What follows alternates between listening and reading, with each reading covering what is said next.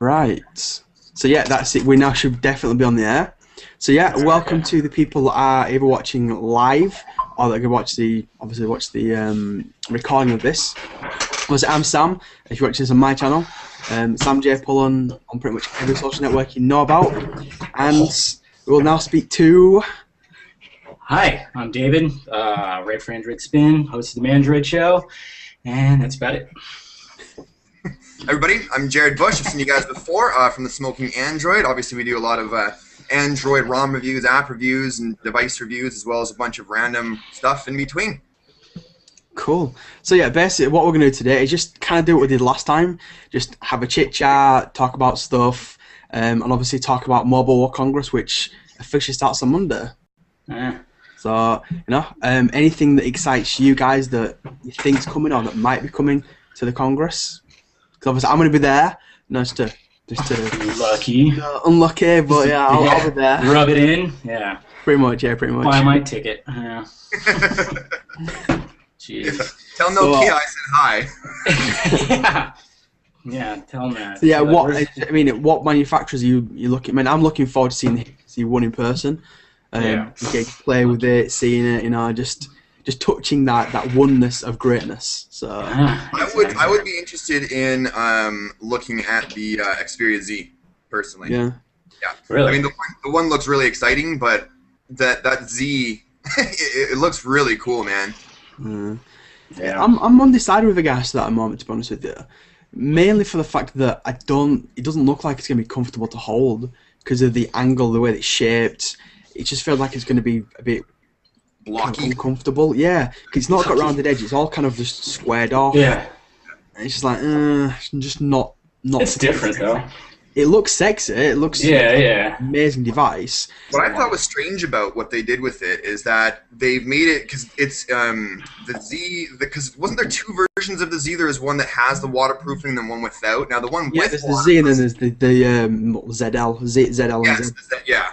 So the one with the waterproofing, it's interesting because, I mean, you would think that if they made it sort of waterproof, you would think it's more of a rugged, design and whatnot, but that's the one with the glass on it, on the back and front, isn't it? And the sides. And the sides. And then the one without the waterproofing, they're like, yeah, we're going to make it, tougher in relation. It's because in Japan, pretty much all mobile phones are waterproof. So it's kind of like a standard. It's like it should be. No. And obviously Sony, they wanted to go down that route to try and... It's another selling point. I mean, last year at Mobile World Congress, there were so many different companies I've never even heard of going, yeah, we're bringing waterproofing technology, it's coming this year. And they didn't come, they just didn't come from anywhere. So it's like, okay, where are these devices? I think Fujitsu, Siemens, and Toshiba were the two big ones last year that were pushing waterproof devices all over the place. Yeah. And neither of them brought them out outside of Japan. They came in Japan, nowhere else in the world. It's like, what was the point? So ridiculous, yeah. It didn't make sense. Now, the technology they were using behind waterproofing this device, is this because I haven't looked too much into it, is this the same technology that they showcased, at like this year's CES, even last year's CES with that sort of nano coating technology? Yeah, the Quell, that shit, oof, that was amazing. Yeah, I don't know because it's got all the things to cover the ports and stuff like that. So it leads me to believe probably not, because at the Congress last year they had that liquid towel, whatever it's called, and I almost got my phone done, but I had to rush home, but I had to go to the airport, so I didn't have a chance to get mine done. Oh, that'd have been wicked if you did. Yeah, it's amazing technology. It's like on a molecular kind of level. Kind of put it into his machine, comes out, and then boom, they chuck it straight in water, and it's like, whoa, my device. Oh yeah, they were showing a demonstration. They literally had it on a tissue and dipped it into a water tank, and then they just took it out, shook it, it was dry. It's absolutely crazy nanotechnology. Now, this is the thing that I was thinking about. So, if you use, say, for instance, like a seal, like a rubber seal, versus the nano, like lapel technology or whatever, repel technology. With the phone, you've got all these ports for the water to seep into. So that means that, let's say, for instance, you're out and about, it rains, you drop it in a puddle, whatever, you kind of shake it off. You're like, okay, cool. Does that mean, because I mean, there's a lot of little nooks and crevices for this water to sit. So are you going to be sitting there, you'll put it in your pocket, and all of a sudden you'll notice this little puddle start forming you know, like on your shirt or in your pocket as it starts to or in leak your out. pants in your sake. No, Yeah. that might be a personal thing. Or versus like if they had the seal, you know, if they have a seal, and that's just preventing the water from getting inside the device. Period. You know. Yeah. That's what I'd be interested to see. You know, what would kind of be better. Or I don't know how they do it. I mean, they explain that you send in your phone, you send in your device, and then they pretty much take it apart, and I think they just, you know, put it all on the individual parts, and then they send it right back to you. Apparently. It's a weird one because the one that I saw last year, they didn't even take it apart. They just literally put it into this machine, and then it just kind of went, and then all of a sudden it came out like 2 minutes later. Yeah, I think now they're actually, they said they're actually taking it apart and individually coding each part that comes out. Do a more thorough job, I suppose. Yeah. Because it's like the new 2.0. Water doesn't damage electronics. It's a myth that water damages electronics. It doesn't damage electronics at all. If there's obviously like battery to it, it'll short circuit regards to that. If there's circuitry. The circuitry and stuff like that will be completely fine. It's when you get like sticky materials like sugar and all that kind of stuff that destroys it because it just makes it all go crap. Yeah. Now I'm wondering, okay, let's say for instance they use the process, like this is something that you would send in after you purchase your phone as opposed to purchasing it comes like this. Does that void your warranty? Probably, yeah. Yeah. You're like, all right, I'm going to protect my phone, but at the same time it's void my warranty. Yeah, but I think this company, the LaQuelle company, they actually give you a warranty. Like if any damage happens to your phone, they'll buy you a new phone or, you know, pay for it to be fixed. That's if it's what got to do with water as well. Yeah. Yeah. So it won't help you out if there's like manufactured defects. That exactly. Up, Yeah. True. So that's pretty amazing stuff. Yeah. And you know what? Speaking of that, okay, back in the day, like years ago, I'm sure you guys remember this, the main cause for people bringing in their phones for repairs or going to their carrier being like, I need a new phone, my phone's, you know, bloody broken, and they open it up and they can see that, dude, it's got water damage. Water damage was the huge thing back in the day for people to screw up their phones. Now, the huge thing is damaging their screens. You drop the phone, your phone's done. Although you'd be surprised the amount of phones we get, and then the manufacturers send it back to us and go, nah, it's got water damage. It's like, they're like, no, I didn't drop it in a cup of tea. Hey, I didn't say a cup of tea. Yeah. Quite literally, we've had people say that. It's like, really? It's got water damage. I didn't drop it in my cup of tea. No way. And I literally went, hang on, pardon? I never said anything about tea. Yeah. Nobody spilled that drink on my phone, I swear. Yeah. It doesn't smell like whiskey. What are you talking about? Because the iPhone was kind of one of the first to start putting those bloody sensors in with regards to open up and red water damage. People, yeah. And everyone else just kind of followed suit and gone, hey up. As soon as that's got marked, job done. Which is kind of bad because if you get a bit sweaty and it's in your pocket and condensation builds up inside it, it triggers it. You're like, I didn't drop it in water. It's just for my balls, guys. It's all. Yeah. It was a hot day. Quite literally. I sweat a lot. Yes. You don't understand what's going on down there. Yeah. Wear tight pants. Samsung 8, the 8-inch tablet. Note 8.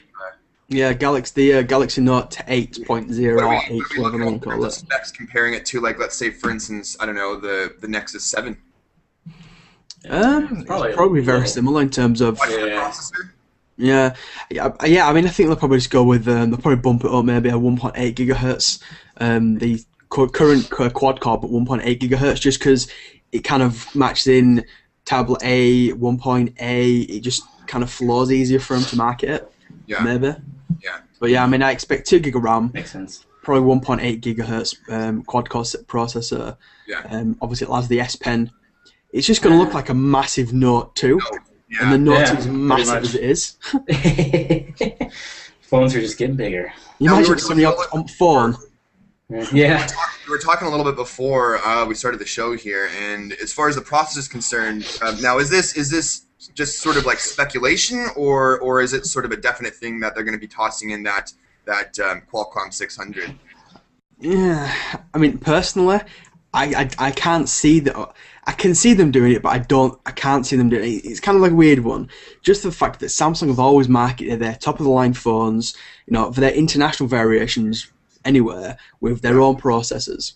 Obviously, they went to North America, and the S3 didn't have it. It had obviously the S4, and it's like fair enough. But then they brought the Note 2 out, which does have the quad core, which proves they can do LTE, they can do everything that people want them to do with the Exynos processors. So I can't see it personally. But then again, I don't think they'll even do the Exynos 5. It's going to be the quad core A15 if they stick with the Samsung processor. Yeah. If not, then yeah, it's probably going to be the 600. But apparently, it's going to be bumped up to 1.9 gigahertz instead of the 1.7 the HTC One's got. Well, so what was in the HTC One right now? Is that a Snapdragon? No, Yeah. No, it's a quad. See, the Snapdragon is 600 instead of the S4 Pro, which is in the Nexus 4. Oh, okay. Apparently, it's 25% faster. It's got better battery life. It's just a better version, effectively. Yeah. It's just all around sexy. So it's just a beefed up hybrid chip then again. Yeah, in a lot of ways, but apparently it's actually a proper A15 processor.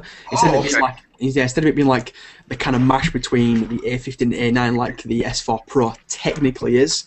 Right. Apparently it's meant to be a pure A15 chip, which gives it that performance, that better battery life. That's good. Do we know what kind of GPU it's coming with? Oh, that's one reason apparently why they might be taking it, because it's one of the new Adreno ones, but I forgot where it is. But apparently maybe that's one of the reasons why they're looking to do it. Although the Mali 400 still destroys almost anything on the market. You know? I wouldn't be surprised if it was the Mali 400. I mean, if there hasn't been any, do we even like? I'm going to search while we're doing this, but has there even been any rumors of what the next Mali chip is? Honestly, I'm not really. Not because all I know is when they announced the Exynos 5, it was quad core CPU, and then was it like 32 cores or something like that for the GPU? It was somewhat ridiculously big. Right. So I know the Tegra 4 was 64, I think it was, for the new GPU, which doesn't make sense because Android phones and in general can't take advantage of that many cores, regardless of what the GPU. I believe the next one might be called the Mali E658. Yeah, and what's that got in it? Is that what kind of graphics we're looking at there? Looking here. Well, apparently they're saying that 10 times more powerful. 10 times more powerful. Yeah. Sounds intriguing. That's bold. Apparently Dave needs a hat because he's not part of the hat. No, I saw that. Should I could be completely wrong about all this. Mind you, I'm looking at a post from ZDNet, and that was back in 2011, so I could be friggin' Did way you say off. ZDNet? It's Zednet. It's just the way you pronounce it. It's just Zednet.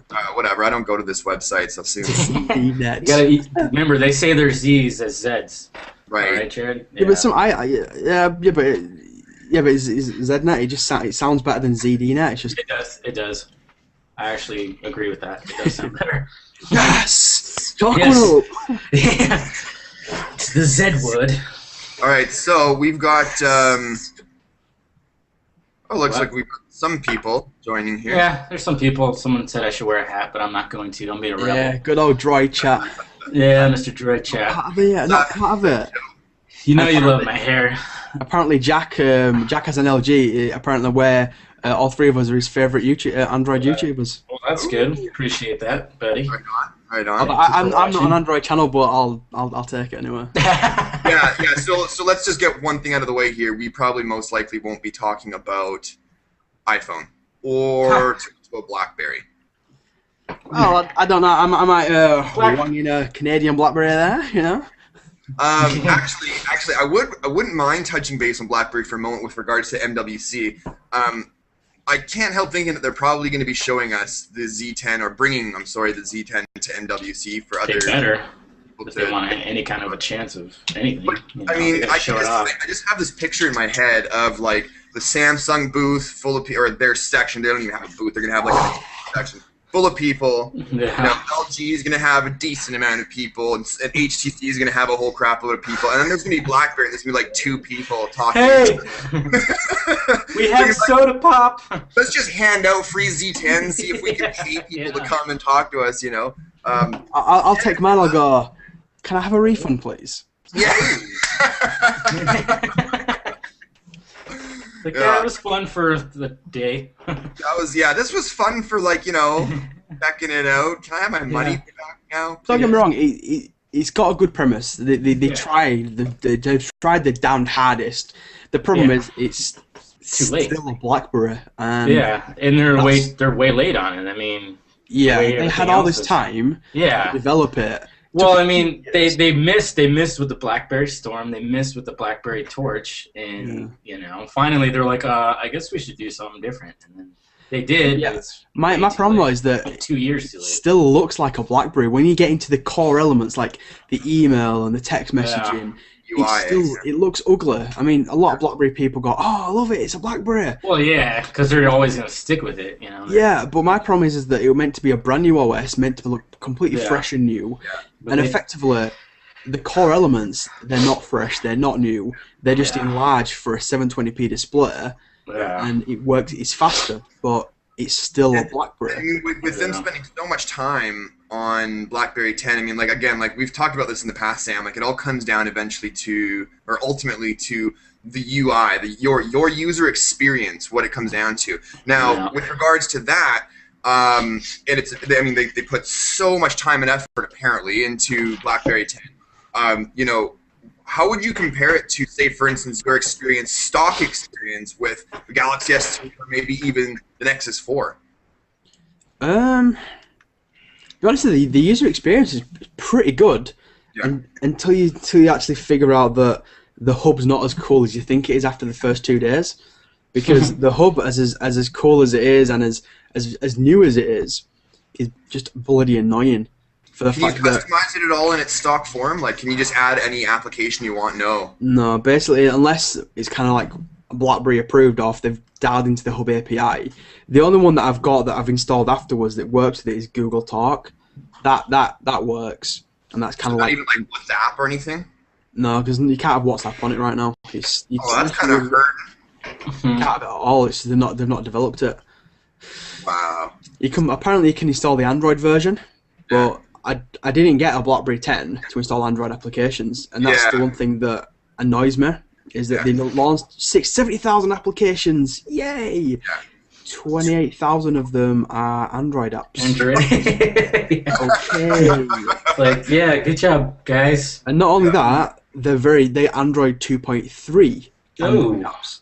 So the developers made a brand new one, and it's got all the new features for Ice Cream Sandwich and Jelly Bean. Fantastic. The problem is that it always dials into the old 2.3 version, and it's slow, it's buggy.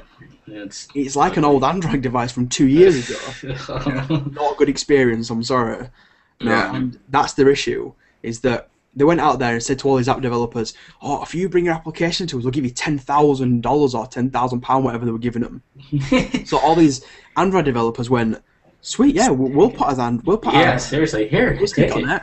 And all they did is they did a shitty little part of the actual application. Gone, here it is. Here's our brand new application. And it's like, sweet. Oh, why is it taking 2 minutes to load? Oh, wait, it's an Android app. Because you got to wait for it to load into the emulator, and then when it's in the emulator, then it's slow and buggy. So it's just a bad experience. Yeah. There's no notification support for Android apps. So if I get a new tweet, it doesn't tell me. I've got to wait. I've got to go back into the application, or look on the hub.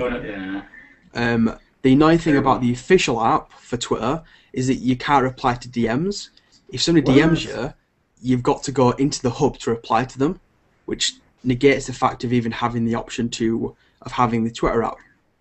Always Twitter app is for browsing. You can't really do what else with it. I heard that they were going to be showing some other new BlackBerry devices. Is that like a total stupid rumor? Or? No, they're only bringing 2 devices out to start with. There's the Z10 and the Q10.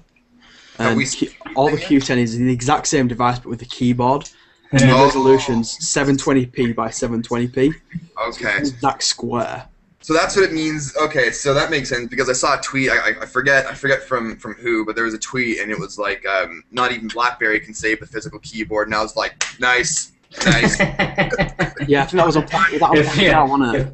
If BlackBerry can't. And they add to the weight, and they're just stupid. I think now moving into the future. Again, I like the way they've done it, but It's a the Q10. I thought the app system's pretty rubbish. sexy, but yeah. Yeah, But it's just the hardware. I got to be honest with you. yeah. I love the Yeah. hardware. I mean, when I saw would the love- Q10, I was like, you know what? I would rock fucking, the If this keyboard, were the physical Android, keyboard.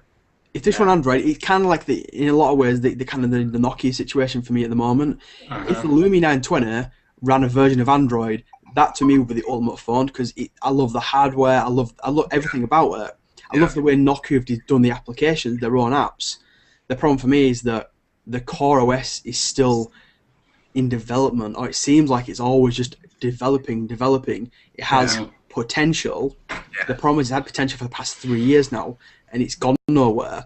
While we've gone to Windows Phone 8 from Windows Phone 7, but I see more limitations than more anything else. While they bring us multi-core processors, which I wanted, they brought us 720p displays. But what about actual features that matter? They've brought nothing to the table. They've actually taken stuff off it. Yeah. So, but yeah, I mean, the hardware. I mean, apparently it's just the internals. This is based in S3, the American version. Same processor, the same circuitry board apparently as well. The difference is it runs BlackBerry and it's got a 4.2-inch display. So I've got the hardware spot on. I think the hardware is amazing. Yeah. But the OS, it's just They need to not sell what it should be. hardware to Google and the software to. Well, they just need to get rid of the software now. I mean, I can see someone buying them for the enterprise because for the enterprise system they're great, and maybe Samsung or Microsoft's probably the best option if they're going to sell out, because Microsoft still need that enterprise kind of business user because they ain't going to get the teens or people like us on Windows Phone because there's still a lack of apps. That's one thing BlackBerry 10 was meant to offer, was these applications. Don't worry, we're going to put Skype out there. And then Skype, six hours later, went, we're developing it. We're just porting the Android version over. Yeah. I remember seeing that. I was like, oh, well, awesome, guys. So congratulations. Half the time. Yeah. I mean, what do you? I mean, obviously, you guys, primarily Android. And obviously, we talked about on BlackBerry, but obviously, let's just not go completely Android because we're going to probably go to that at some point. What your take on Windows Phone 8? Because I've got a love-hate relationship with it. I mean, have you either played with it for an amount of time where you can give an opinion on it? At CES, I played with it for about 5.5 seconds, and you know what? It's not that bad. It's like the live tiles, because I love widgets when it comes to Android, and I love the fact that I could see my information right as I open up my phone, and I like the fact that you open it up and you can see messages, tweets, blah blah blah right there. That's cool. But other than that, it's just so plain. It's just so like I have a Windows 8 laptop, and I'm like I don't even use the tiles on that. Desktop. It's really it's kind of a love-hate thing for me too, I guess you could say. I like the tiles, the animated tiles, but I just don't like the whole user interface. You see, for me, it's kind of the exact opposite in that respect, because I'm not a fan of live tiles in all honesty. Because I want a notification kind of I always say notification center now because Apple have been branded its notification center to us. Obviously, the notification bar, whatever you want to call it. It still needs that. Now, Microsoft live tiles replace that. Live tiles. Well, they had to do something different. They felt they needed to do something different, so they they've backtracked now, and apparently MWC they're going to announce the notification center as we now know it. Of course. So, when that comes in, I'll be happier with it. I mean, it's fast, it's fluid. I like the UI of it. It's nice and easy to use. Yeah, it's not too bad. I think I'm just so used to Android. Customization's still, you can't do it with it. It's just you can't create 3 different size tiles.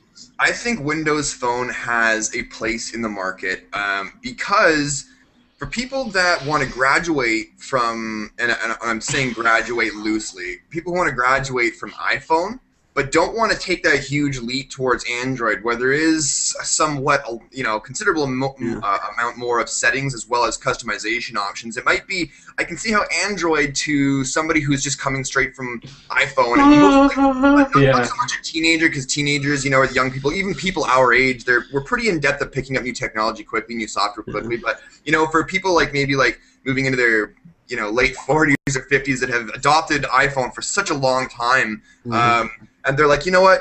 I want something like Android where it's got the widget-like features such as the tiles, like Dave was mentioning, but I don't want to go in there and start setting up all this crazy shit like widgets and all these crazy accounts, and I've got to change this and do this and go into the settings. Windows Phone is basically, I think, a really good compromise between iOS and Android. Well, yeah, I mean, I think in our last live show, I kind of said it's, dare I say it again, the kind of like the bastard child of iOS and Android, because it offers a bit of both, but doesn't perfect either of them perfect, but gives the consumer something that's not already out there. Now, I sell quite a lot of Windows Phone devices to, as you said, to people that are either it's a first smartphone and they've never had a smartphone in the world. They're like, I want to get into it, but I want something easy to use. Windows Phone device is that device that I think is easy for them to get. I have to agree. Because in fact, I've always been interested in playing with it myself. I mean, I like it, but the issues for me, again, it's going back to app support. And at the moment, there's no kind of notification center again. I don't want to say it, but swipe down the notification bar and just have access to everything. Whereas instead, they've got these tiles where you kind of have to flip through. Go through. And that's my issue, is because if you get an email, and let's say I've got like 5 emails. Now, obviously within Jelly Bean, I get like the expanded notifications. It's fantastic. I can see who they're from.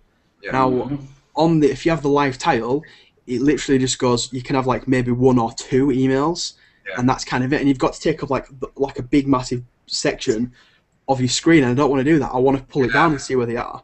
I want to keep my live tiles or my tiles for my applications for what I use the most, not, well, I've got an email, crap, I have to go into it to see where it is. It's very unproductive for me. I'm a power user. I want to be in and out without having to go into the application. Well, it looks like a lot of these OS, well, I'm not going to say a lot of them, but it looks like that notification, the pull-down notification is starting to actually catch on. Like, didn't iOS just include that recently?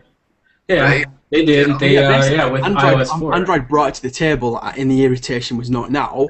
And then, obviously, Apple copied, which they actually did copy something. They did. Not for once. Drop-down bar, and you have even widgets in that. You have the weather, and you have a stock.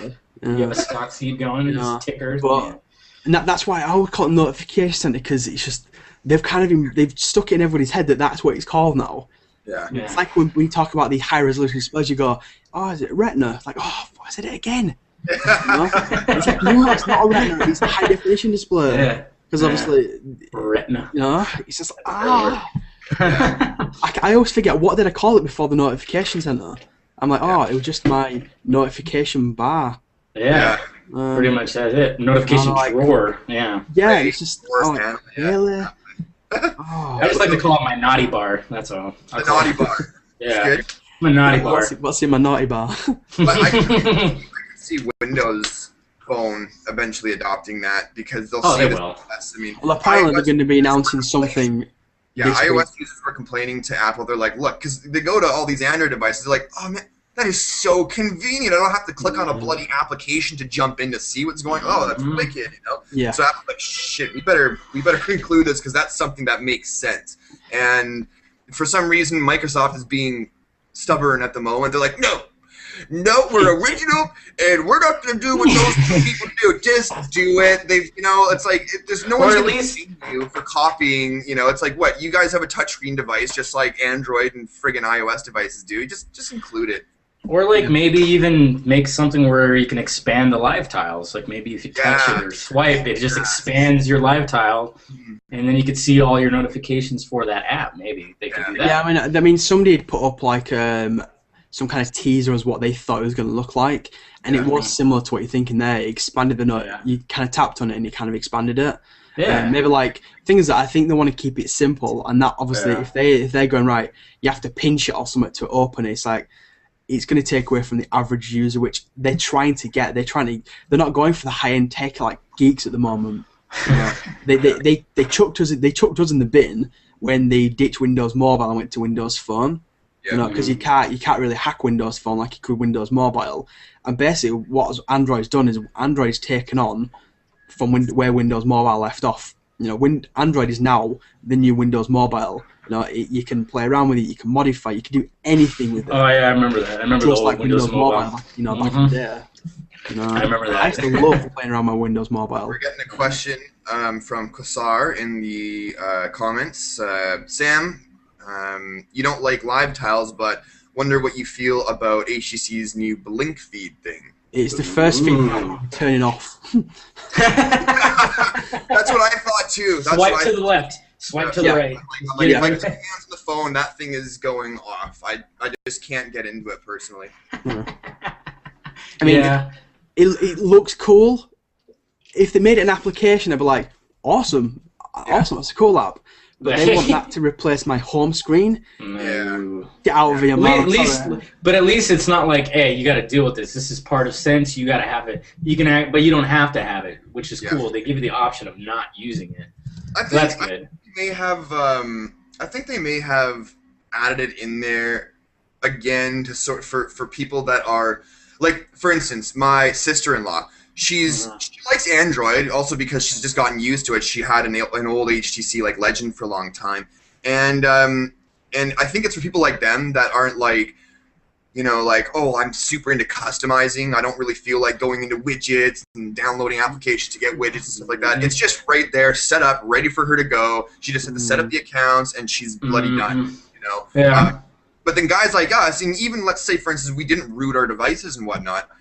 Guys like us, I think, would probably get bored of it pretty quick, or at least hate it. It's like, it's just cluttering my stuff, you know. And my issue with it, and my issue with HTC at the moment, personally, is that they've lost their core element. Their core element was, you know, they had the developer on their side. They had people like us that loved HTC devices, and they went away from that because they tried to go all consumer.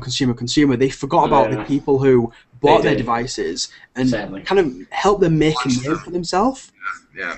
You know, Samsung has taken that reign by giving us all these options to hack it, you know, do all this kind of cool stuff with it. Yep. HTC have now gone, they've kind of give it the middle finger again by going, oh yeah, BlinkFeed, it's very cool looking. It's trying to aim to the average consumer that's like, you can get all your Facebook posts. You know, they've forgot about us again, and it's kind of pissed me off a bit. Well, it seems like you do that over and over again. I mean, you know, I follow a couple of my other buddies who like Dave and so on that hack their Android, their HTC devices, and it's a pain in the ass. And developers huge pain in the ass for it. I mean, I can only imagine now. I can't imagine again. I'm not a developer, so I don't know if like designing or making applications, if for instance they get a lot of complaints from their users being like, oh, it's not working on my HTC device, and it's like, well. But at least ROMs and things like that, like development for an HTC device in general, apparently is just a huge pain in the ass. And, you know, you get Samsung, a company like Samsung, who's pretty much opened up their device. I mean, when I spoke with the president, like Samsung Canada's president, and I said to him, you know, a lot of the people are really grateful for how open you've left your device. And he says, well, we want to sell devices to everybody. You know what I mean? Good. That's what it should be. Because what's the point of not opening up the device? Just because it's open doesn't mean that, you know, regular Joe Schmo is just going to be like, fuck, I press a button and it hacks the device. You know, it's like you have the choice to root it or not to root it. And Samsung says, if you want to take that route, then go ahead and we're going to make it easy for you. We don't want you, you know, so then you get like an army of people like us who we root our phones, we go out, you know, hang out with our friends, hang out with our family, and we're on our phone. They're like, oh, well, first of all, that's a neat looking device. Can I see that? And you're like, oh, yeah, sure. And they're like, oh, wow, that's a really cool, you know, interface. Well, this is a custom ROM. Oh, really? You can do that? What's a ROM? You know? Yeah. You know, but the point is that it for guys like us, with the exception of Dave because he's an HTC fanboy, you know, it's really easy. It makes it an attractive device for us to purchase because it's so easy to work with. And as a result, you make it easy and attractive for guys like us. then you are getting massive exposure because we are basically advocates for you. This is one of the best devices on the market, you know, like that's what I say, like my S3 is one of the best devices on the market right now. For both its stock experience, regardless of what some people think of the new Samsung TouchWiz. Also for rooting. For rooting, it's the #1 device. It was even easier than my bloody Nexus 4, you know. I think he did the long way. Shut up. It took him like 20 minutes or something. He could have done it in like 5 seconds. It didn't take me 20 minutes. That's how long it took to do the video. So shut up. Okay, it took you half an hour then. Anyway, my question is: you asked about BlinkFeed, and obviously while we're on the HTC One, what do you think of only having 2 buttons? A back button and a home button, isn't it? Yeah.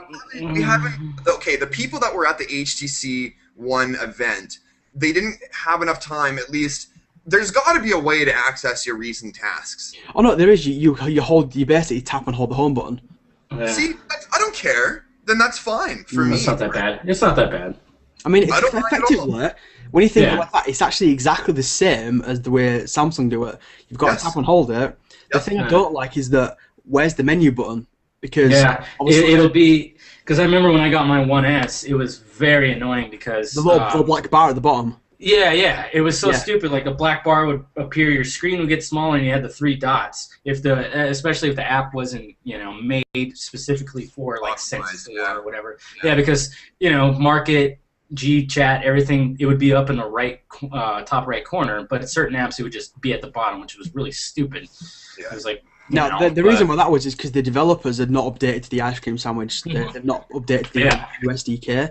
Now apparently, what HTC have said is that most applications have been updated now, and they'll have the on-screen menu button, which is okay. But I'll be honest with you, I like having that menu button at the bottom. Exactly. That's sort of why. That's why I just like it. It's just tap. Or at least give the option too, because like with ROMs now for my phone, I have the option to change that button, the recent apps button, to a menu button. Yeah. So at least give the option if they could do that, Yeah, I'm a fan of Sense because without Sense, I don't think we'd have where Android is today. Personally. Oh no, definitely not. Because Sense brought everything that Android's got now. Before Android even knew it existed. Well, I know they knew it existed, but they brought it to the masses before anybody else even thought about sticking that kind of stuff in, like all those social networking built into it. The proper contacts integration. That's what I found great about Sense when I first started playing with it was I could just link my Facebook and everything and just all to my contacts, and it was. And the new version of Sense, I like how it's all nice and flat. Oh yeah, it's minimal. The icon very minimal. All flat. It looks. Well, John Rett just said it perfect. He says it looks like they just laid a sticker on top of it. Yeah, and that's how it should be. Yeah, very much. It's minimal. It's simple. Yeah. I got some questions in the comments here. We'll start with Lazarus. I don't know if this would be like he's asking. Does anyone know if the HTC One will have USB 3.0? He asked me that question too, and I didn't answer. But honestly, I don't think it would. I don't think it will. No. Because it's not something they even advertise in terms of phone specifications, is it? Exactly. I've never seen it on a box. Yeah, no one ever says this phone has micro USB 2.0. You know what I mean? Yeah. Exactly. They never cover that. So. Yeah. So my answer to that one, dude, I honestly don't know. I assume that in the future, if it doesn't have it, then potentially. But I don't. I mean, can micro USB even do USB 3? I don't know. I have absolutely no idea. I've never touched bases on any of that. So because I know obviously USB to USB can, and obviously USB to a proprietary USB port can with regards to hard drives. Yeah. But I don't know if I've ever seen like a micro USB. Also, wouldn't a lot of it have to do with the cable itself as well? I mean, would you not have to have like a specific kind of cable? wires? Yeah, it needs to be USB 3 cable for it to actually data transfer. So if it did have 3.0, that's probably something they probably would mention. They'd be like, your computer, you're going to get crazy transfer speeds, and I think that would be probably a marketing feature they would want to push. Yeah. So I'm going to say for now, probably not. They probably won't. They most likely would have mentioned it. Yeah. I mean, Gadgets Boy, I asked earlier, is called Too Fresh Media, but is Gadgets Boy with regards to the Optimus G Pro. Now, I'm undecided on this one. If I remember, they're calling it like the Note ripoff, right? A lot of people are. Yeah, even though it looks similar, it's similar size. Yeah. I always find it funny when people go, "Oh, it's a copy of this phone, it's a copy of that phone." And you know what? And that's what people said about the One too. They were comparing it to Windows. They're comparing it to the iPhone, the way it looks, and even the Z10. It's like, shut up. Basically, the way I see it, right? Can you design a phone that doesn't look like any other phone? It's impossible. Almost impossible. Guess what? I did. Here it is right here. You see it? I did design a phone. It looks nothing like anybody else. One company. Crazy. This is why I always give them credit. The one company that brought something new to the table that had not been seen by anything else was Nokia when they launched the Lumia devices, because they don't look like any other devices. They don't. The design definitely not. Styling. It's a different kind of the way they've done it, and they kind of brought something new. And then HTC did something similar, copied, basically, with regards to the 8X and the 8S. They literally ripped off Nokia's designs, which I don't blame them, because I'm a massive fan of Nokia's build quality and the design. But when you look at other devices, at the end of the day, it's all a screen. What can you do with a screen? You can put plastic around it, put metal around it. I mean, the next step is just the flexible LEDs. You know, that's the only next step. The issue I've got with that is that people go like these. Oh, we're gonna have flexible displays. Like they're gonna be going like this. What about your circuit board? Put it in their pocket. My question is, what about your circuit board? Where's that gonna go? That's not flexible. Yeah. You know, they're on these flexible screens, and at the end of it is a big, massive circuit board that doesn't look like. Look at our flexible screens. Forget about the circuit board; it's fine. See, that's the thing people aren't understanding, is that the display is flexible, and but you got hardware you got to worry about. Yeah, that's exactly it. Samsung, when they were making those flexible displays, the point that they were trying to make is the future means that we can actually start wrapping the display around the device itself, even around to the back if they wanted to. But it's not going to happen, at least for fucking another 50 years, where you can literally fold it up like your wallet and tuck it in your back pocket. Like, off we go! Like, circuit board is not flexible. Now, we've got a lot of technology advancements, like a lot of recent posts on YouTube and the internet, about like transparent phones that have a holographic UI, which is cool but still completely pointless right now. I don't get the point in that. Batteries, as well as transparent batteries, but the point in that is just it looks cool. Yeah, the point is it's a concept, right? It's a concept. Yeah, like, it's something we've seen in movies. We want to see it in real life. Exactly. It's gonna suck when you can't find your phone. Yeah, they're like, we can make our phone that displays a UI on it, but it's not going to be like an LCD display type thing, at least not at the moment. Now, agreed. Back to flexible displays, again, it was a proof to say, look, we can wrap this around the phone, but you are not going to be folding your phone in half. It's just not going to happen. That technology is way, like, I bet you they don't even have prototypes built yet, top secret prototypes. Like, I doubt it. I mean, that is some top tier level shit. You know what I mean? That's no way. Now, to get to another question that somebody was asking, they were saying. Anyway, before we go to that question, we didn't even answer the question in regards to the G Pro. Did we tangent off like we always do? Quite literally, it was what about the G Pro, and you're like, is that Note 2 rip-off? And then the confidence went completely elsewhere. Oh, my bad. My bad. Sorry about that. Let's attack that. Go back.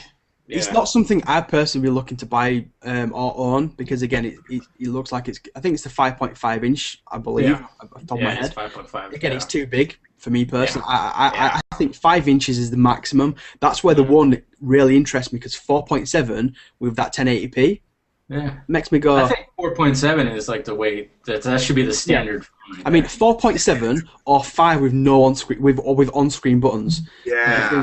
On-screen buttons with a 5-inch is effectively the same as a 4.7 without them. So. Yeah. There's nothing about the G Pro that excites me personally. I mean, so it's got a 1080p screen, and it's what was it, 5.5 inches? Is that what they said? I can't remember. Yeah, basically, I think so. It's kind of the Note 2, but LG's version of it with a better screen. Note 2. It was a nice phone, and a lot of people could disagree with me, but that was just too friggin' big. When I would go out to the mall or just out in public, and I would get a phone call, I would silence that thing, put it back in my pocket, and wait till I get in my car to actually talk on that thing because I felt like a moron talking like. The thing is, right? You know, When you speak to people, together, hello. Like, I mean, if you speak to people who've got a Note 2, they always go, "Oh, it's not as big as you think it is. It's not as big as you think it is," and it's because you kind of get used to it. And I agree with that, right? It's true. It's true. But Matt Saunders, he was an advocate. He loved the Note 2. Yeah. He then bought an iPhone 5. Now I know, but let's not talk about iPhone with you two. No, but iPhone 5. That's a stretch. Yeah. He went down to a 4-inch, and then he realised just how uncomfortable the Note 2 was as a main device, and he sold it. Now, really? It wasn't because it was a bad device. It was the fact that he realised, actually, I've kind of been struggling with it. But you think, oh, it's not too big, it's perfect, it's amazing. It's not. It's too big for it. Unless you've got Marcus Brownlee-sized hands, and that guy's got some massive hands, then a 5.5-inch seems to be pretty perfect. Yeah. But for the average consumer, 4.7 to 5-inch is the stretch, you know. After that, personal preference, but you know, Matt when I talked to Matt about it, he was just like, when he first got it, it's like, oh, it's a bit big. He got used to it, and then eventually he realised, actually, this is ridiculous. It's just too big. Yeah. I mean, you get to a certain point where you just, oh wow, I need lube for this. Yeah. I can't take all this without that. Too big. Yeah. Yes. Way too big. When I had my time with mine, just a review unit, I was like, oh man, so I pulled it out, and my initial thoughts was, oh my god, this thing is huge. What the hell am I going to do with this thing? And then, after about a week and a half to 2 weeks, I was like, oh yeah, and I didn't touch my Galaxy S3 until the last few days because then I had to transition. I was trying to transition myself back before I had to send a note back. And I'm picking up the phone and I'm like, yeah, this thing is tiny. Like, what am I going to do when I have to send this thing back? Like, well, think how Matt felt going from 5.3 to the tiny iPhone 5, the 4-inch. Yeah, that must have been wow. It was like, you know. At first, he was like, oh my word, it's so small. But then he realised, actually, it's more comfortable to use, you know, and he's stuck with the iPhone 5, you know, which I can understand why people go iPhone, and I know you two, you know, you might want to, you know, you probably would bash it, but I understand why people go with the iPhone. Oh, I do too. But we're not like bad fanboy guys. No, we're not those kind of fanboys. Yeah. I mean, iPhone needs, personally, if they did a 4.5 to a 5-inch version, they'd be... I have 2 phones on me pretty much all the time. You know what's funny is I had a conversation with somebody at CES about it was a guy from 9 to 5 Mac actually, and he talked about he actually had both a Nexus 4 and an iPhone 5. Okay. And what he hates about the screen is the fact that their back button is on the top left. So if you're holding it with one hand, your right hand, you can't reach your thumb to it worth of shit. So he hated the fact that it was so, you know, because it's longer. It's not wider. It's longer. Yeah. You know, they didn't widen it. They just made it taller. And so now you can't just hit that back button with your thumb anymore. And he hates that. Other than that, he loves the phone. But that was his big complaint about it. I mean, if they did a bigger version of it, I say I always carry 2 phones. I'd be like, well, I'd probably carry an iPhone as my secondary phone. I probably always have something above it, whether it be an Android device or a Windows Phone device. I can't see me switching to it full time because I'd probably get bored of it unless they radically change it. If they radically change it, who knows? Yeah. I always say I'm not a fan of Android. I'm not a fan of iPhone. I'm a fan of the best technology, and if that's the best one out there, it's the one I go for. You know. Now, I mean, sorry. Go ahead. I was just saying the one thing I do like about iOS is it's very smooth. It's very fluid. Every time I see somebody doing it, it's like, oh. It's the app. It's the app support. That's the reason why I wouldn't go to it. That's what I'll give it is like it is so smooth. I'm like, God, I really want that. I mean, I know with Jelly Bean, Android's gotten so much better. It's so much smoother. But as long as app developers follow Google's lines, exactly, the Android 4.2 SDK and use the Holo, as long as they use that. I don't think it's with Android. You've got a winning application. Yep. The problem is that all these developers that developed for iPhone first, because they know it's a cash cow, and then go, well, we might as well make an Android version, and they port the exact same app. It looks identical. Yeah. And it looks like an iPhone app. It's got that crappy little button in the top left-hand corner you were talking about. It's got the crappy little buttons at the bottom. It's like, no, create your own application. It's not hard to create an Android application. Yeah. It's not that hard for developers. It's just that they're too lazy. They want one kind of like one version to rule all. The worst one for me is something like Viber, because that has potential to be an amazing app, but it's a complete iPhone clone and it's running on Gingerbread SDK still, so it's complete shit. So Really? Getting back to the G Pro, as far as like one, keep going off track. We keep on going. would I own one? Yes, I would. I wouldn't spend my own money on one though. Yeah. Because I mean, just like the Note 2 is just, you know, the Galaxy S3 except bigger screen, blah blah blah blah. Well, that's, you know, the G Pro is LG's answer to the Optimus G. You know, so. And I thought the Optimus G was a wicked phone. You know, I had a little bit of time with sexy. It was a really, when I played with it, I was like, wow. This dude, is, there's the software that they put in that phone. I mean, like, everybody knows that the Nexus 4 and the Optimus G are basically one and the same phone. But Just the with different software software. optimization that LG did with the Optimus G, it was just, holy crap, man. And The just think, camera that was running ice cream sandwich as well. yeah. Pardon me? You know, that was running ice cream sandwich as well, wasn't it? Yeah. That was running They jelly don't bean. have jelly bean, My but mind. yeah. I can't imagine what it would be like with jelly bean. I think it's Probably be- branded minimum. He did that. He's had a Nexus 4. He's played with them, and he went out and actually bought, you know, the Optimus G, and he bought it, and he was like, it's pretty damn impressive. And he was It like, is. why do I get almost twice the battery life with the exact same phone, Mhm. but it's running a modified version of the Stack Of 100, Android. Stack 100, Yeah. which has actually got more processors running. Battery life. Yeah. Yeah. It's got more stuff in the background, and it's like, Yeah, because the Really? heavy UI, Yeah. it was amazing. I don't know what they did. Now, with that said, looking at the G Pro, we're obviously going to have a bigger battery. So, Yeah. and even they've learned a few other tricks along the way and maybe tweaked the OS a little bit more. Oh yeah, Well, you'll get that much more battery, which would be really impressive. You know? my issue with regards to Android, and it's probably always going to be an issue that they're always going to have, is that new phones that have got announced now are already versions behind. The HTC Yeah. One, as an example, is already 2 versions behind technically, because I obviously know. it's on 4.1.2 it's launching on, but there's been 4.2.1, or yeah, 4.2, 4.2.1, and now obviously 4.2.2. 2.2, yeah. It's like, all right, so you're already 2 versions Behind. behind. Yeah, it is pretty bad. It is Yeah. pretty bad how that is. And that's one thing that iOS users will always have over Android. When they upgrade it, every phone gets upgraded on the same day. The tablets get upgraded on the same day. So whether you've got an iPhone or an iPad, don't matter. You both get the update on the same day. With an Android, it could be like, oh yeah, there's a 6-month wait between them, and that's the issue. And that's where obviously the Nexus lines try to change that. But will it happen long term? The thing that people need to understand though with this whole, like, and I guess that's kind of like getting the whole like Android fragmentation. Fragmentation, is yeah. that these what people are calling skins, these you know, manufacturer UIs, they're actually complete. It's like a complete ROM. So even though that their device may be an Android version behind or two, it doesn't really matter, because whatever LG has done with their software, whatever Samsung, whatever HTC has done with their software, if it's optimized and it's running smoothly, who cares? I mean, especially during the jump from you know, 4.1 to 4.2, there really, except for a few differences, there really isn't huge difference in terms of a lot of things when you're looking at a manufacturer's UI. So, like, you know, if you were to go from Samsung TouchWiz with Android 4.1 to Android 4.2, there you're not going to notice a huge difference. It's exactly. Yeah. Yeah, I mean, the only thing that it adds is regards to app support for other things, in such of like the notifications. Obviously, you know, they keep tweaking that with every little they add. Always adding something extra to add the extra notifications to it.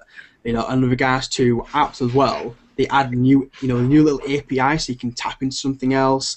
On older versions, it's not there. Yeah. And the one thing that, again, the iOS user will always have is that you've got an iPhone 4 that's, 3 years old or something now, and that's running iOS 6. Granted, it's got some things disabled, but yeah, you go by this Galaxy S, which probably came out at a very similar time, about 3 years ago. That's never officially going to get upgraded to pretty much anything anymore.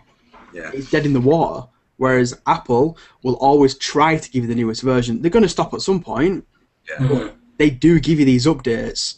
Whereas other manufacturers, they're like, nah, can't be bothered anymore.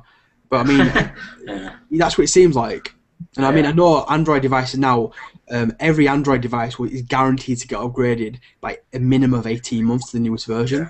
So it's somewhat to give us. Yeah. But I mean, the S2 is probably the best phone in terms of recent Android devices. It's getting upgraded to full-on Jelly Bean, so it's getting the full support from Samsung, and it's a 2-year-old device. I'm happy with something like that. So what's the next topic here? What's that? The next topic here. I'm just looking in the comments. Anybody? Yeah. So is there anything else? People are wondering about the if the HTC Ones should be shipped. Which should have been shipped with what Galaxy S4. Yeah, I think it should be shipped with the latest version of Android, personally. I think every device should be shipped with latest. Is it going to be shipped with 4.2? 4.1.2. Yeah, Yeah. that's what it's going to be shipped with. Yeah. So it's coming with an older version straight out of the box. But it'll most likely get its 4.2 update soon. I mean, nobody even has. Well, that's what they said. They said it's going to come shortly after. Yeah, but how shortly? I mean, exactly. That's what HTC loves to do that. Yeah. And I always get asked, from fellow people who have the 1S or even the 1X, where am I getting my Jelly Bean? I'm like, oh, no, shit, I'm not. I don't work at HTC. I don't know. Call customer service. Yeah. Here, root your phone and get some. Yeah. You can do it yourself. It's little things. I mean, yes, it's little things like that they every phone should launch with the newest version of the actual software on it. Yeah. As new as it can possibly have. Yeah. It's annoying at times. Like I think the Xperia Z as well launched with 4.1.2. Yeah. Or it's going to launch. I know it's not officially out there, but I think that's going to launch again with 4.1.2. And it's like, well, you've had enough time since you launched it a month ago to get 4.2 on it. Well, the Nexus 4 didn't even get in people's hands with the latest version. They still had to bloody update the thing, Yeah. You got the phone, you're like, oh, there's a software update. Oh, okay. Like, Yeah. luckily enough, though, because it's a Nexus device, you do get that update right away. But nevertheless, people shipped it, and then before it was in anybody's bloody hands, there was a software update right out of the box. It was like, oh. What are your thoughts on obviously the Nexus 4 not officially being an AOS P device? The Nexus 4. Oh. Remember we had a chat about that. It's not officially Is it? by them. No, explain that to everybody, Sam. Yeah, 'cause I'm kind of lost. Something to do with some of the proprietary drivers that LG own, and they own all the coding for it basically, and they're not giving them that coding out. They're not open sourcing it to get put into it. So when an update becomes available, it's not always going to get pushed out for the Nexus 4 first. They have to get permission by LG to push the updates out. So even though it's a Google device, it's running Google stock software, blah blah blah. It's a Nexus, yeah. Unless LG go, yep, because the Nexus 4 didn't get the 4.2.2 until like a day or two after. There's They the had to wait Galaxy for approval. 7. The other ones, got them the right Nexus away. 4 was the last one to get it. Yeah. Yes, Yes. that's because they had to wait for LG's approval. It pisses me off. I'm not too bothered by it because either way, Google's going to say, look, you need to push this bloody update soon. Otherwise, people are going to start getting pissed off. I think that Google's probably going to say, we probably shouldn't do that again. I think they're already saying we shouldn't have chosen LG. The problem is that what I read when it first got launched is they signed a multi-device deal. What? So the Nexus 4 apparently is not the first device, not the first of many. Yeah, I kept hearing that like the LG might make the Nexus 5. I'm like, yes. really? Like, It seemed where's like, HTC at? Come on. Yeah. Yeah, I mean, but I want HTC to bring. They started it with the G1 and the Nexus one. I want them to come back with their hardware, with stock Android, blow the shit up. I want that to be the Nexus 5. Honestly. Agreed. I mean, I'd love for HTC to make it again. Oh I mean, yeah, as nice as the Galaxy Nexus was, it was still a bit plasticky, and the Nexus S was just. Yeah. I didn't like the Nexus. And that's what I tell people about HTC. It's fucking hardware. They have excellent hardware. Yeah, and Nexus devices are supposed to be premium devices. So if they partner with HTC again, man, you've got one friggin' winning phone, dude. The problem is that I don't think they'll go HTC ever again, personally. Yeah, I know, which I don't think so either. They're either going to go for a cheap manufacturer. I'm not saying cheap manufacturer, LG, ASUS, somebody that's not at the top because they know they can get a probably better deal than with someone like HTC. Yeah. Or we're going to see this actual fucking Google X phone at some point. Oh yeah, this is supposed to blow our minds. Ooh. Yeah. It's going to have amazing cameras, like they told us that every other phone was going to have. And They then make it sound it's going to be like the second coming of Jesus. I mean, I don't think we're going to see an Yeah. X phone until 2014, personally. really. You don't think? I thought really. We'll get the Nexus 5. We'll get that announced at Google I/O because it's Really? Android 5, the Nexus 5. Job done. 5 Android years of Android. Yeah.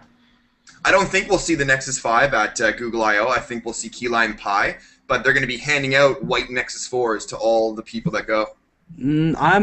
I honestly, I don't think they'll do that because the marketing opportunities it's too hard for them to pass up. And Google at the moment, the marketing the Nexus device is amazing because it's something like there's going to be 5 years, officially 5 years of Android, 5 Nexus years Nexus 5, and Keyline Pi Android version 5. Yeah. You know, there's too many Nexus 5s. Too many 5s. launching. Like, the Nexus 4 hasn't even been out for a year, though. I just can't see. I just can't see it. That They're just will- like, oh, and here's the Nexus 5, and all of us are like, whoa. So already Yeah, added but I think that's one of the. I think that's one way for them to kind of, you know, they're going to have multi-size devices. You know, I mean, I know the Nexus 4. Personally, the Nexus 4, it's a bit weird calling it Nexus 4 because it's a 4.7. Yeah. It's closer to 5 than it is obviously 4, but obviously, you know, 4 dictates it. But no, I think they will because it's too hard for them to pass up the marketing opportunity. It's Yeah, just 5. Yeah. Now, I think they'll probably have another 2 features, and it'll be basically the 5 5s. The reason why Google is now #1 because we've got Android 5 years, the Nexus 5, you know, Keyline Pi version 5, and 2 new 5-inch features which screen. will be branded as 5 or something like that, and it'll be the 5 but 5s. there won't be any X phone, and it won't be from you won't see any Motorola phones at Google I/O. There won't be any X phone or nothing like that. That's going to be, I guarantee, I'm not guaranteeing, but I'm throwing my hand in here saying we'll probably see something about the X phone in 2014. That's my guess. I think they'll probably leave it too Nice. late then, in all honesty, with regards to Maybe launching. the end of the year sort of a thing. Yeah, because I think they if they're going to do it, they want to try and they need to try and do it now because at the moment Nexus has kind of got a good branding on its wave. The Nexus 4 is still hard to buy. You know, Yeah. they've got a lot of people interested in these Nexus devices. And True. to be honest with you, in retail stores, no one has a clue what they are, which is Yeah. it's like. True. You know, I have people coming into my store. They're going, "Oh, I would like this, like that," and I go, "Well, actually, have you thought about this? What's that?" And I go, "Oh, it's a Google Nexus device." Yeah. Google, don't they do searching? Do they search? Oh, Yeah. they go, "No, they run Exactly. Android." They're like, Yeah. "What's that? Is that a Galaxy device?" Yeah, that's another topic that's been thrown out there is how people are referring to Android as Galaxy now. Either that, or in Really? America, I've got a Yeah, Droid. yeah. Like, yeah, I I've got a know. Droid. Oh, I remember that when the freaking droids came out, the Motorola droids, and I was like, seriously, I got the very first one. I hold up my G1. This is what started. This is the original Android, not yours. Stop saying that. Yeah. Yeah, it's like Whenever somebody says, I've "Is got that a Droid Droid phone. device?" I'm like, Is that a "Fake Droid?" phone." Yeah, no, I'm like, no, it's an Android. Yeah. Yeah. Yeah. Yeah. But no, I Yeah. mean, I think I can understand why people think of it as like the Droid because you know it's Android, Droid, blah blah blah. I guess, yeah, Mainly- short name for it. Unless it was mainly the American market that got sucked into all the hype of the droid, here, Droid, the droid droid. there. Yeah, Yeah. exactly. You know, whereas Yeah. everywhere else, I mean, as an example, the original droid was called the Milestone in Europe. Now, I'm sorry, Yeah. but the Milestone is one of the worst names for a device ever. Yeah, that's hilarious. You know, it's like, oh yeah, here's the Milestone. Oh, what's good about it? Well, it's pretty shitty actually. 6 months later, it came out in America. Alright, that one. Yeah. No, There was one What we other. What do we got? Bring it. Bring it. let's refresh the comments. Let's talk about Samsung S4 here. Oh, yeah. Here we go.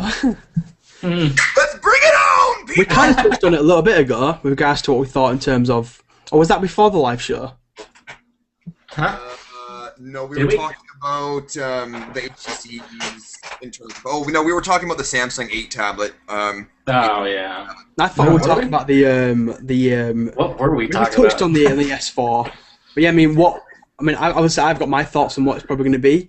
Honestly, But Sam, you and I have talked about what your thoughts are, and I'm going to have to completely agree with you on those. Dave, what do you think we're going to be looking at in terms of like internal hardware specs? Because a lot of people are saying it's going to have the Octa chip in it. We're going to have it's not.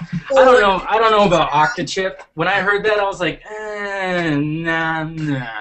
I think personally, I mean, and then people are also talking about, is it going to have 2 gigahertz processor?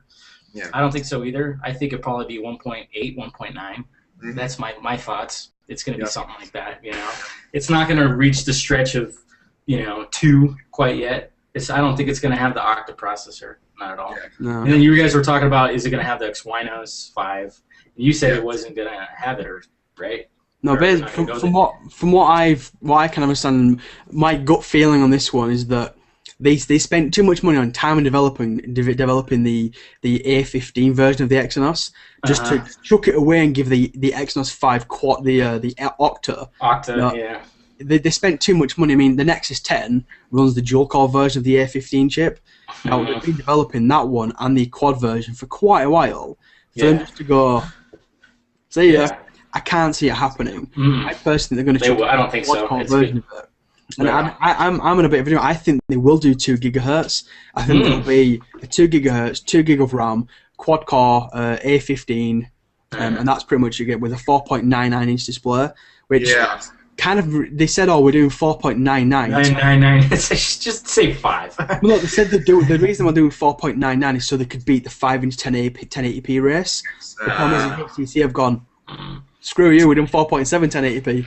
Yeah. So it's like, oh crap. So they might as well just do a 5-inch version because 4.99 sounds ridiculous to sell it something. I just hope I don't know, like when the Galaxy S3 out, I was just disappointed about how it was made. I mean, it was plastic pretty much. Just apparently the rumors are it's going to be metal aluminum, like alloy, kind of like how the one is. Yeah, I think they should go that way. Not aluminum, aluminium. Oh, and then a plastic back.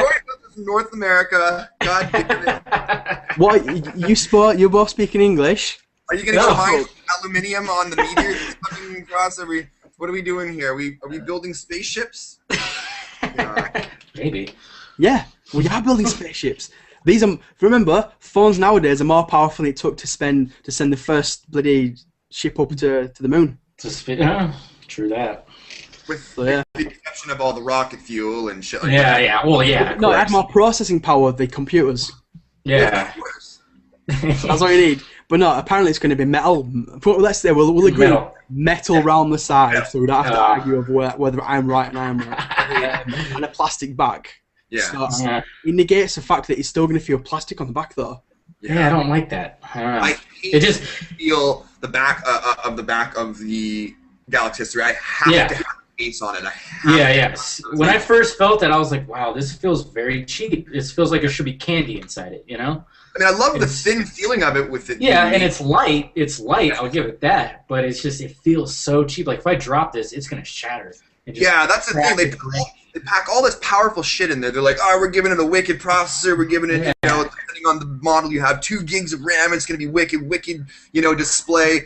But when you hold it, it's gonna feel like if you drop it, or like, it's just gonna. It's gonna leap out of Yeah, like particles are about to fall apart, I mean, what do you think on terms of screen technology? Because I obviously read on Sam Mobile earlier, and they said that we're going to have apparently a Solux display, basically. Yeah, I heard about that. Similar to LCD3. I would not be surprised if they went LCD.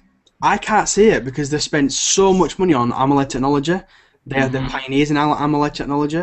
I couldn't see them ditching it off their top of the line device, their flagship of flagships. I mean, they sold 80 million devices last year. 80 million devices. Yeah. No one comes close to that in terms of Android. iPhone, it's always going to sell just probably more in terms of one single device. But 80 million, and then to change it so suddenly. Yeah. I can't see it. I honestly can't see that. But never say never with regards to Samsung. You never say never. Very true. They like to throw curveballs and. Yeah, I mean, they were there. With AMOLED again, I won't be disappointed. I think the display on the S3 right now looks absolutely gorgeous. Personally. Yeah, it is. It's a good screen, but I mean, I mean, with the DNA and even the One, those. I mean, I saw the DNA for the first time at CES, and I was blown away by how sharp and crisp that screen is. I mean, it was beautiful. Yeah. And I heard the One is just a little bit better, and yeah, it's awesome. Well, with 1080p, I would be really interested to see what a 1080p display looks like in person. You know, I mean, nobody's seen a 1080p AMOLED yet. So I mean, they could even do a pentile at 1080p because that resolution's high enough to have pentile. Yeah. You know? I mean, and it would be cheaper. Yeah. You know, I mean, the S3's got a pentile display, so it's not, and the S3 screen's not like it's bad because it's got a high resolution. Yeah. You know? But I mean, somebody posted in the comments, and obviously I really know some more about myself with regards to that Samsung maybe ditching both the Exynos and going with the Snapdragon 600 and the Solux display. Now, to me, if they did that, they're kind of saying, oh yeah, our previous and our own technology is not good enough. Yeah. Put in our premium products. Now, I don't think that sends the correct message to anybody because they sell their own processors, they sell their own screens. By them not putting it in their own flagship, screams not that same for us. Why is it good enough for you? I agree. No, so I can't see that personally, but again, you can never know. The one thing I'm disappointed with regards to Mobile World Congress is that Google are not there. Like the Google are not coming this year. What the hell was that about? When I heard that, I could not believe that. I really couldn't believe that. Last year they had a massive hall, basically like a massive place to sell. They had all different kind of Android things, and they were giving away ice cream sandwiches in Android thingers. Oh, they were gorgeous. They were one of the stars of MWC that year. They were huge. People were like, all of a sudden, we're not going at all. Yeah. That's weird. I mean, they're just following suit like everybody else is. Oh, we're gonna like HTC and friggin' Samsung. Oh, we're gonna do our own thing. Our own thing. Both Samsung, both HTC are still turning up. They're still showcasing devices. They're not showcasing the premium device, the One in HTC's case, and the S4 in Samsung's case. But they're going to still announce like the Note 8.0. There's going to be Nokia. They've held their own press event, but they're also going back to Mobile World Congress. And this year, obviously, they're going to announce probably the 720 and the 520. And then maybe this PureView 40 odd pixel, maybe Lumi device, maybe the EOS. We need a 40 megapixel camera in our bloody phone. I mean, unless you're creating a friggin' wall-sized print of your random camera phone picture. It's not that's not why they have that many pixels though. It's so friggin' overkill. It's ridiculous. It's not because the technology behind it. It's not like a 40 megapixel picture. And it's massive. They use the 40 megapixels and then it shrinks. They use all these pixels, stitch them together to make them ultra pixels, as HTC might want to call it nowadays. Yeah. Right, and then they shrink it down to an 8 megapixel, 5 megapixel, or 3 megapixel, and it makes it so clear and crisp. You also get. Yeah, I haven't had my hands on one, so I can't really say. No, I played with the 808 PureView. Marketing thing, man. No, I mean, I thought that when I first launched it, I thought, they've got the 4 and the 1 the wrong way around. No, basically, and then when I played with the 808 PureView, I was kind of like, wow, the video on this, the pictures on this, they're freaking absolutely out of this world. You know, they are almost getting to digital SLR quality.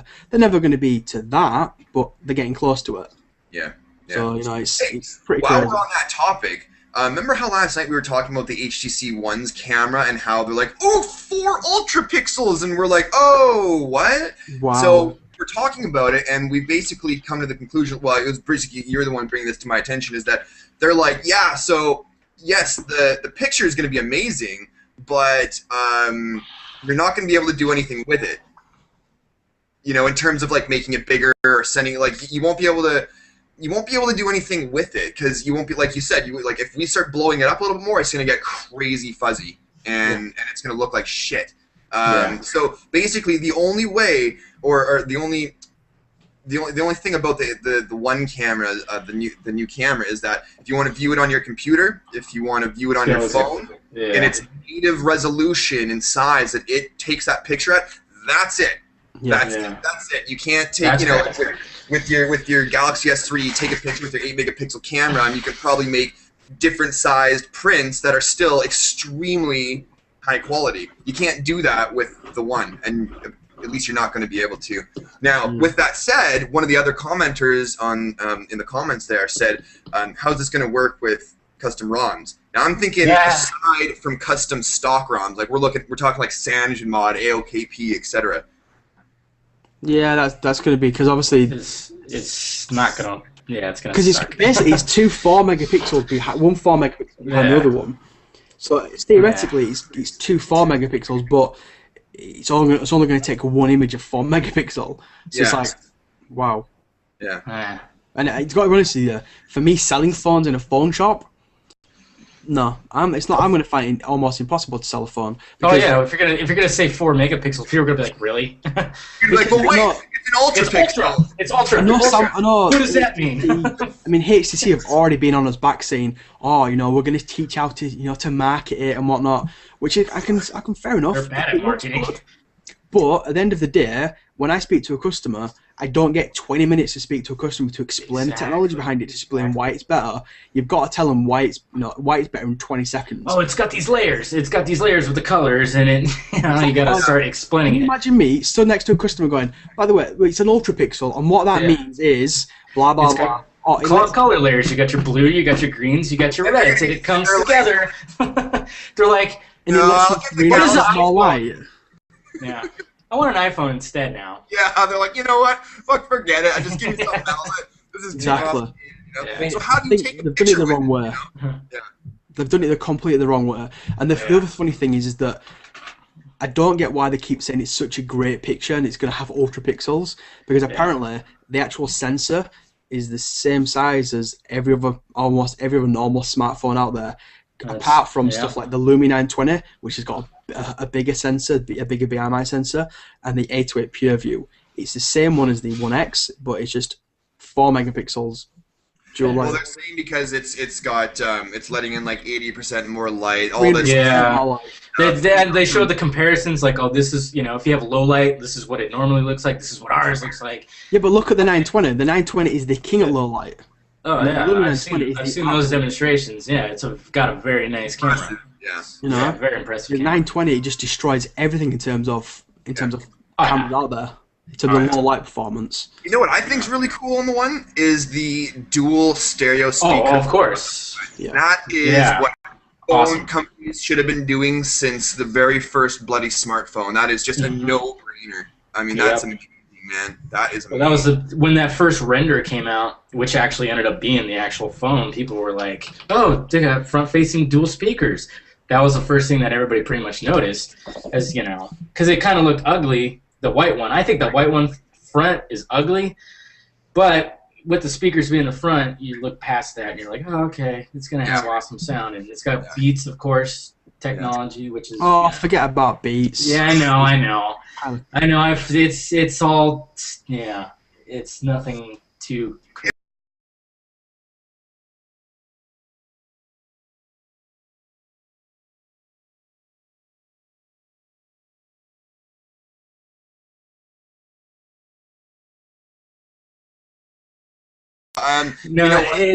It is a marketing thing. Sound smooth. Is it because we started talking about Beats? You were like, Beats, fuck this, fuck you guys. No, you know what? Beats, as far as like the dual stereo front speakers there, nothing. But you know what? Again, it's just preset. It's preset equalizer that when you plug in your phone. I've noticed a difference when I flash a custom ROM that comes with fancy Beats technology. I notice a difference because personally, I don't like dicking around with the different custom equalizers and stuff like that. I just want it to be good right off the get-go. Set it up so it sounds great. I don't need insane bass. I want good bass. I want good highs, good lows. Better than what I said previously. Is what do you think to the actual name of it though? Boom sound. Is it boom sound or zoom sound? Yeah, boom sound. Yeah. It's like cheese. Well, everything is cheese. You got BlinkFeed. You got HTC Zoe. Yeah. Why not HTC Samantha? Yeah. I mean, the names they came up with this stuff, it was like, okay. I would love to know where they came up with the name Zoe. So what should we call it? Guys who got this big marketing group. They're like, all right, how about the Zoe? Zoe. And everyone's like, yay. That's fantastic. And then someone's like, I wanted to call it Samantha. Yeah. Call it the Sammy. The HTC What are we gonna Sammy. call the new Beats Audio on the one? Oh, I got Boom it. sound. Boom sound. Yeah. Oh, I mean, that's, you know what, and I'm not gonna lie, with my little video yesterday, I kind of was making fun of the names with all that. Yeah. That's where, you know, BlinkFeed, and then I was doing this, Yeah. you know, Yeah. blinking, and then boom sound, and I even increased the audio. I increased the audio of my voice, going boom sound, you know, it's just like. And then you It did the is. humming thing. Yeah, yeah, boom, boom, yeah. It's really weird. I don't get why they chose those crappy names. It's HTC. I mean, when it was announced it was going to be the HTC One, And and then M7 was so much, you know. I keep trying to go back to I keep saying One X because I'm like yeah. the HTC One X. I know it's almost like a slap in the face with all the other 1 series phones. It's like, oh yeah, those were the beta versions. Now this is the actual one. Just to let My you know. question though is with regards to that is that last year Mobile World Congress, Yeah. HTC impressed me because they took a stance on terms of releasing all these phones. Now Samsung, they released too many phones personally. Galaxy, like the Galaxy S4, 4G skyrocket, LTE, Yeah. wipes your ass, whatever, right? Yeah. And it's like, really? Yeah. And then HTC came out and said, right, we're launching 3 new phones, Yeah. and it's the HTC One series. Yeah. We've got the One X, which is the top of the line, the S, which is classes them our mid-range phone, and the V, which is our kind of entry-level value phone. Yeah. Yeah. Sounding perfect. That's it. We're not launching anything else. Don't worry. We're not going to launch many other devices.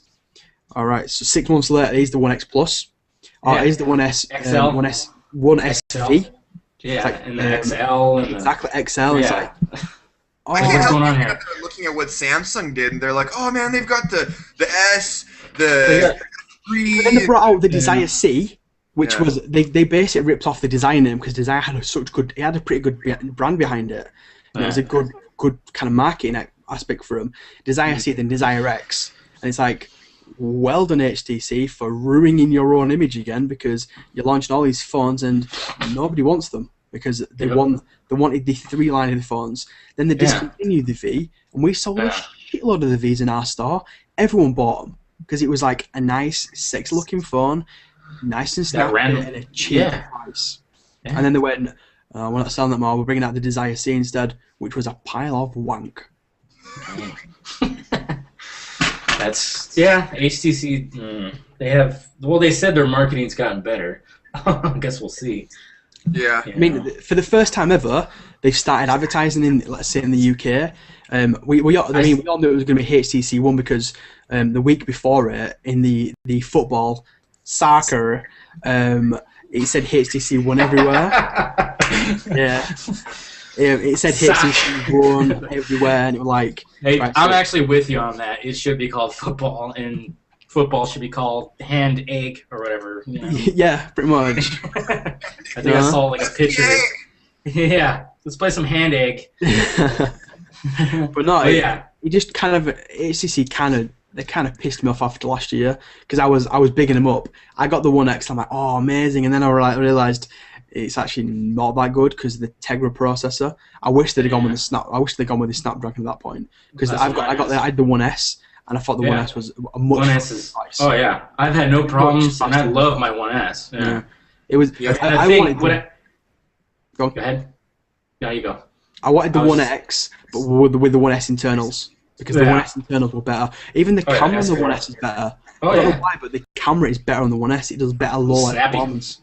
I don't get why. It's meant to be the same. Yeah. Yeah. Crazy. And wasn't it made in the 1X was not made with aluminum alloy as this one? No, made by polycarbonate. Yeah. I mean, Yeah, what I liked on the One S was the that micro arc oxidation. Uh-huh. Regards to you couldn't scratch it, which I thought was like freaking amazing. Yeah. And then I got one of the bad ones, and mine scratched up like shit. So Yeah. Well, you have to have a case on this though because this is like a bar of fucking soap. This thing would just fly out of your the hand. black one. So thin and it's just slick that it would just. Yeah. Well, The one time I decided to take off my cover, I dropped it. I'm like, seriously? Is yours blue? One time I take the cover off, I fucking drop it. It's like, wow. Is yours the blue colour, yeah? Huh? Yeah. Yeah. I got the because blue the one, black one was the one with the micro arc oxidation. Oh, yeah, there you go. Couldn't Yeah. scratch it. You're like, yeah. The problem with mine is that mine was one of the first batch of 1,000, which had the wrong coating on, and mine nice. scratched up. I'm like, when I heard the black one was coming out, like, what, 6 months later, I'm like, really? Okay. Yeah. Thanks a lot, guys. Appreciate it. Yeah.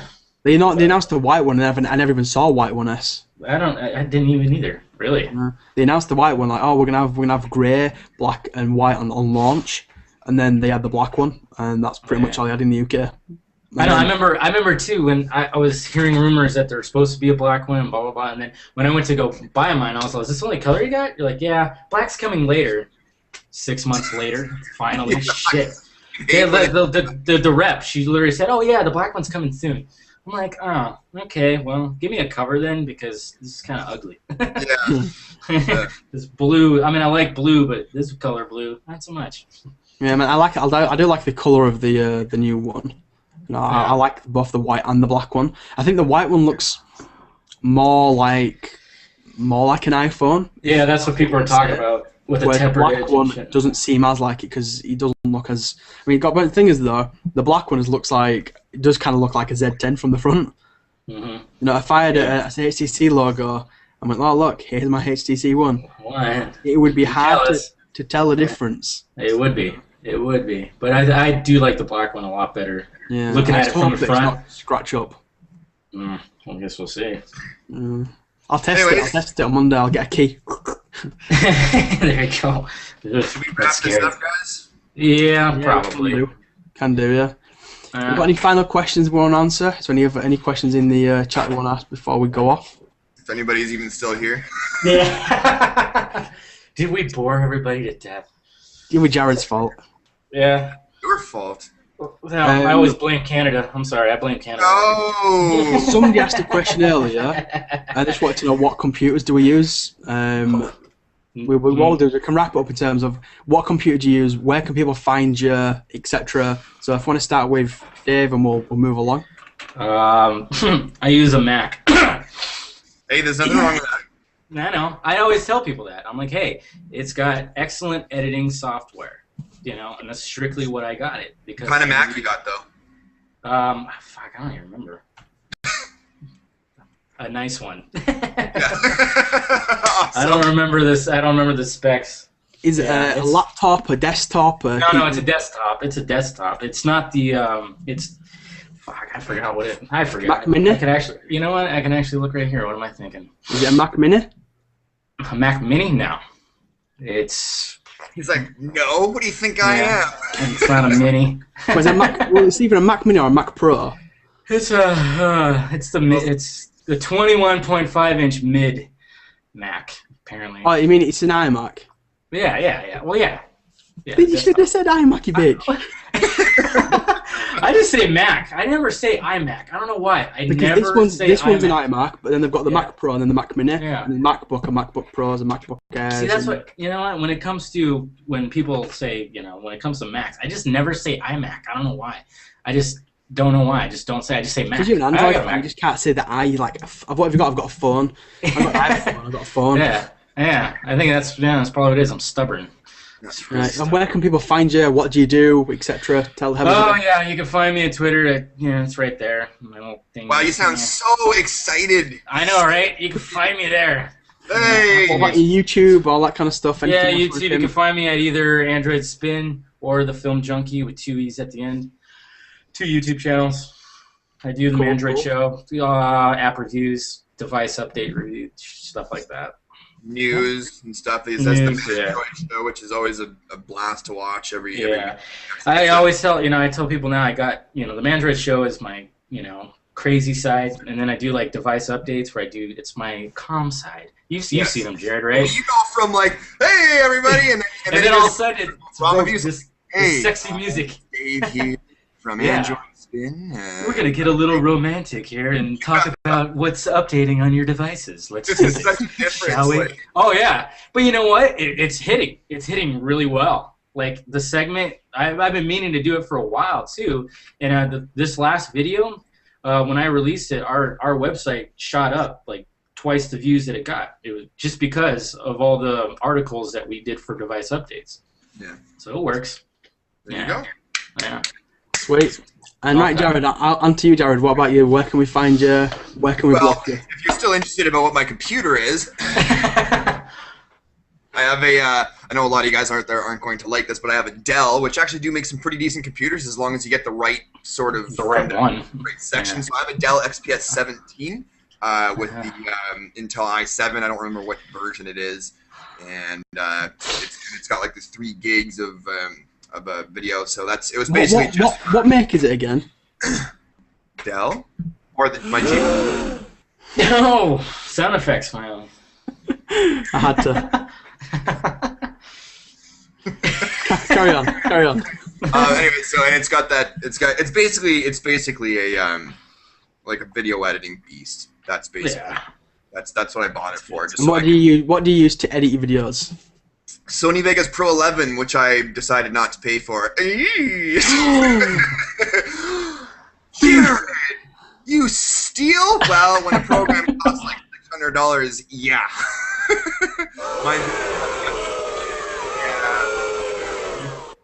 Thank you. Yeah. Even I didn't get razzed like that. And you can find me on Google+, The Smoking Android. You can find me on Facebook, which don't look there right now. I'm in transition phases with the Facebook page. No, Twitter. you'll still be able to get it to you because you're just changing admins, so it's fine. That's true. And Twitter at Smoking Android. Dave looks like he's doing a ine of Coke right now. I am. And you can also find me at youtube.com/thesmokingandroid where I do. I gotta shoot a video later. Yeah. That was awesome. Fuck Red Bulls and monsters. Need something stronger. Yeah. So you can, and we do lots of every Monday we do top 3 best useful Android apps of the week, and every Thursday top 3 best Android games of the week. And we got ROM reviews and device reviews. I'm currently working on this guy right now. Oh, look at you with the pretty phone camera. Look, it gets happen real easy if you push its button. It does everything a phone does. Fun. I don't know. To me, the selling point of the device. It's got click. Flash. Yeah. It's got, even when the phone's turned off, you can turn the bloody thing on, which is actually something I don't like, which will be included in the review. Because imagine that bastard's in your backpack, something hits it, the flash goes up, and it snaps off. You're screwed. So, anyways. But yeah, that's it for me. What about you, Sam? And obviously, people, if you're watching it on my channel right now, then you probably know who I am. If you're watching it for the first time, obviously, I do pretty much kind of what I want in terms of tech. So I do Android, I do iOS, do Windows Phone, a bit of BlackBerry, probably doing some Ubuntu soon as well when I get on devices. I'll play around with that, do ROM reviews, devices, basically, again, I said anything I want to do, and obviously I'm on pretty much every social network you can think of. And it's technology whore. Pretty much, yeah, and it's Sam Jippel on every one of them, so whether it be Facebook, YouTube, Twitter. Just Google Sam J. Pullen, you'll find them. No, whoa, start doing Google Images. Oh. Bring up some sexy pictures. Yeah. But yeah, and obviously I'm on an iMac right now. My primary device is an iMac. Yes, not a Mac, an iMac. Okay, I'll start saying that now. And I use Final Cut Pro 10 to edit my device, to edit on mine. And obviously, I thought I have to show my new MacBook Pro Retina, which a lot of you may or may not know, Sam's actually heading to Mobile World Congress tomorrow. So he had to get himself a new laptop so that he could actually edit and do some live streams while on the road and whatnot. And yeah, hopefully I might be holding a live stream while I'm there on location. No, when you get back to your hotel or something like that. No, I might just like. Oh, you might actually do. Oh, yeah. shit, It depends whether I can do the internet there and if I got a good Wi-Fi. Hook up your phone as a tethered modem and be like, and Dave and I'll be on there and you'll be like, all right, can you answer some questions for Dave and Jared? We'll be like, yeah, it's like we're there. Well, what I'm thinking of doing is hopefully I'll be able to get the good Nokia Wi-Fi because Nokia had the best Wi-Fi last year. So when I was at CES, pure shit everywhere. Well, that's what I mean. Apparently the place where it is this year, it looks pretty spectacular, and they've got a hell of a lot more Wi-Fi spots. Depends whether it's going to work or not. If it's good, then fantastic. If it's not, then I probably won't do one there. I'll do one at my hotel. Yeah. But I'm going to be uploading a lot of content over the course of it. I'm literally going to be shooting, editing, and uploading all within the space of an hour of everything I see. Yeah, so You know, That's the point. instead of me having like one video every 5 or 6, maybe a week, I'm probably gonna have like maybe 3 or 4 videos in the space of 3 or 4 hours. Nice. So you know, gonna be a hell of a lot of content over the next week or so. Crazy. Yeah, pretty much. So I Fantastic. want to say a big thank you to the. I mean, obviously, I have to tell people a big thank you to Nokia because obviously they're the company that's helping me get to Mobile World Congress. So Luckies. a big shout out to the people at Nokia Connects for helping me get access to the event and obviously accommodation and whatnot. So big props to them. So go check out your local Nokia stuff. You know? And I'm not promoting Nokia just because they're taking their. Shameless plug. Yeah, well, yeah. But no, I mean, I'm not saying I'll go get a Nokia device and whatnot just because they're taking me there. If you like Windows Phone 8, get a Nokia device because they're the best Windows Phone 8 devices. If not, then get an Android device. Screw the iPhone. So yeah. Yeah, there you go. Yeah. Cool, That's what we man. like to hear. Cool. Anyway, yeah, we'll wrap it up now. Thank you to both Dave, David. I don't know if I want to call you Dave or It David. doesn't matter. Doesn't matter. And thank you to Jared. Jared. Jared. Yeah, not Jared. Jared. Jer. What's Yeah. up, Jer? The Jerry. Dirty Canuck. So yeah. All right. It's been fun, Appreciate and it. thank you to everyone that's come out to watch us. Yeah.